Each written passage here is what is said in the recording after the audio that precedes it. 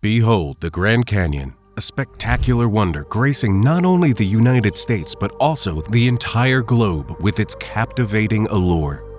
In this breathtaking landscape, scientists have recently stumbled upon a spine-chilling discovery. This awe-inspiring chasm in Arizona showcases striking bands of red rock which unveil an incredible timeline of geological events spanning millions of years. With its staggering scale, the canyon stretches an average of 10 miles in width and plunges a mile deep, meandering for 277 magnificent miles. A vast portion of this majestic region is preserved as a national park, with the Colorado River carving its way through, creating exhilarating whitewater rapids and panoramic views. The Grand Canyon's grandeur extends across 4 states: Arizona, Nevada, Utah, and Colorado, each offering unique vantage points to admire its splendor.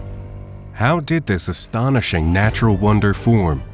And what can its intricate layers tell us about our planet's history? As frightening as it may be, the outcome of this exploration could dramatically transform our comprehension of the Grand Canyon's history. What revelation have the scientists unearthed at the Grand Canyon that has the power to send shivers down the spine of the entire world? On the 5th of April, 1909, a headline story graced the front page of the Arizona Gazette, unveiling an enthralling archaeological expedition within the depths of the Grand Canyon, backed by none other than the prestigious Smithsonian Institute. This incredible find comprised Egyptian artifacts, seemingly out of place in the American Southwest. As the tale unfolds, the explorers stumbled upon a subterranean labyrinth perched high above the Colorado River, teeming with ancient relics, statues, and even mummified remains. Unquestionably, this was a monumental discovery that should have sent shockwaves through the archaeological world. However, in a puzzling twist, the Smithsonian Institute claims to have no records on the matter. The discovery of an Egyptian city in the Grand Canyon 12,000 kilometers from Egypt sparks curiosity about the ancient civilization's reach. Theories suggest a prehistoric global connection enabling knowledge and cultural exchange, or the Egyptians being explorers or refugees seeking a new home. These speculative explanations challenge our understanding of human interactions in the ancient world. Dynastic headdress, ancient commissions are represented here. These are the dynastic people, smaller. Glenn and Bessie Hyde embarked on a daring adventure in 1928, aiming to traverse the Colorado River through the Grand Canyon. Tragically, they vanished without a trace, leaving only their empty boat and supplies as the sole testament to their ill-fated journey. In a startling turn of events, a woman named Elizabeth Cutler came forward decades later, claiming to be Bessie Hyde. She recounted the couple's chilling tale, asserting that they had perished due to hunger and exposure. While she miraculously survived, re-emerging with a new identity, Cutler's claims, however, were never conclusively verified, leaving the true fate of the Hydes shrouded in mystery. Equally haunting is the spectral figure of a wandering woman, frequently sighted walking along the rim of the Grand Canyon. Witnesses describe her as clad in a flowing white gown, her ethereal presence adding an unsettling air to the already breathtaking views of the canyon. Some believe she is the ghost of a heartbroken woman who, upon learning of her lover's death in the canyon, threw herself into the abyss in a fit of despair. Sightings of this wandering spirit have persisted over the years, her eerie presence serving as a chilling reminder of the canyon's dark history. Astonishingly, paleontological discoveries have unveiled a groundbreaking set of fossil tracks, now deemed the oldest known within the Grand Canyon National Park. In 2016, Norwegian geology professor Alan Krill embarked on a hike with his students, only to stumble upon an extraordinary find. There, nestled beside the well-trodden trail, and in plain sight of numerous hikers, lay a boulder etched with striking fossil footprints. Originating from a nearby cliff exposure of the Mongeon Formation, the boulder had tumbled to its resting place. By chance, the presence of a detailed geological map of the strata along the Bright Angel Trail and prior research on the age of the Mongeon Formation enabled the researchers to pinpoint the track's age with remarkable precision: 313 million years. This captivating discovery has shed new light on the ancient history hidden within the mesmerizing landscape of the Grand Canyon. For decades, scientists have been intrigued by a peculiar phenomenon in the Grand Canyon: a natural time capsule with each rock layer signifying a distinct era in Earth's history. Picture the surprise when they discovered a staggering billion-year gap in the geological record, aptly known as the Great Unconformity. This enigma first caught the attention of the geologist John Wesley Powell in 1869 during a journey down the Colorado River. In time, geologists dated these layers, confirming the existence of the Great Unconformity. Experts made this discovery when they observed rocks dating back 1.4 to 1.8 billion years, lying adjacent to rocks a mere 520 million years old. The question that continues to baffle scientists is what happened to the missing rocks within this confounding gap. Research suggests that certain cataclysmic events might have contributed to this intriguing void in the geological record. One such event is believed to have taken place during the tumultuous breakup of the supercontinent Rodinia, which occurred between 633 and 750 million years ago. This period must have been a time of upheaval for Earth's tectonic plates, leaving behind a lasting mystery for scientists to unravel. Did you know the Grand Canyon holds secrets of prehistoric life? In a thrilling discovery, a fallen cliffside boulder unveiled traces of these ancient creatures. While hiking the Bright Angel Trail in Grand Canyon National Park, geologist Alan Krill and his students stumbled upon a peculiar rock adorned with curious markings. The boulder showcased what appeared to be fossilized footprints. Krill captured photographs and passed them to paleontologist Stephen Rowland of the University of Nevada, Las Vegas for further investigation. Rowland uncovered remnants of ancient fossilized creatures. He estimated the footprints to be an astounding 313 million years old, making them the oldest vertebrate tracks in the Grand Canyon. This marked the first evidence of vertebrates roaming sand dunes. The question remained, how were these ancient imprints preserved in the boulder, especially if they belonged to an amniote, a hard-shelled egg-laying animal? Upon analyzing the footprints, they discovered two separate tracks on the boulder's surface. Rowland found that the fossil traces revealed two distinct reptile species traversing the site. Scientists are now investigating whether these tracks could have been left by the same creature at different times. Despite some skepticism from the Grand Canyon's paleontological program manager, this groundbreaking discovery has ignited lively discussions among researchers, exploring track interpretations, rock age, and enigmatic creatures that left these ancient marks.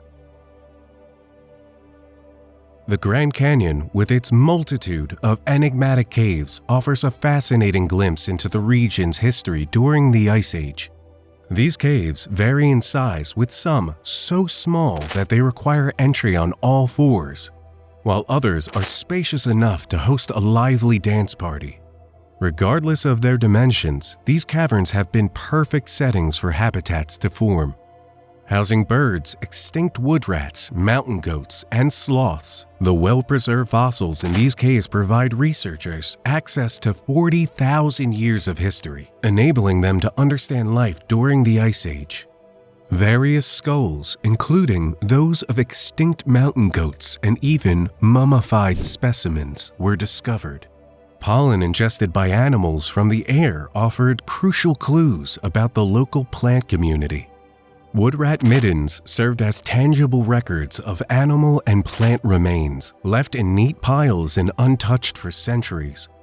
During this expedition, Stephen Emsley, a professor of biology at the University of North Carolina and an authority on Ice Age birds, discovered condor remains within the caverns. His chemical analysis indicated that the extinction of the canyon's megafauna may have also led to the condor's demise. A standout feature of the Grand Canyon is the Colorado River, a 1,500-mile waterway originating in the Rocky Mountains, meandering through canyons, deserts, waterfalls, and lush wetlands before emptying into the Gulf of California. For visitors to the Grand Canyon, the Colorado River offers thrilling experiences such as kayaking, canoeing, and various watercraft adventures rivaling the excitement found on the Nile or the Amazon. However, the Colorado River faces challenges. Drought has plagued the Southwest, causing water levels to drop. While the river still flows through the Grand Canyon, boaters across Nevada and Arizona's Lake Mead see a striking contrast in the rock walls. Environmentalists argue that damming and diverting the river has exacerbated these problems, with the Glen Canyon Dam being a major contributor. If water levels continue to decrease, dams may hinder the river's flow, negatively impacting the water supply for people in Arizona, California, Nevada, and even Mexico. The Glen Canyon Dam, a 50-year-old structure on the Colorado River, created Lake Powell and generates hydropower.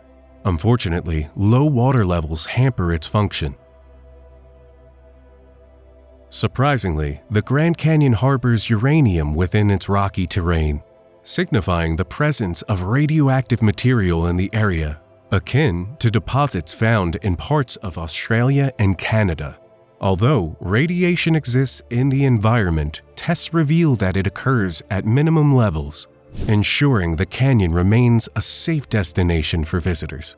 However, abandoned mines scattered across various locations pose risks to those residing in or around the Grand Canyon.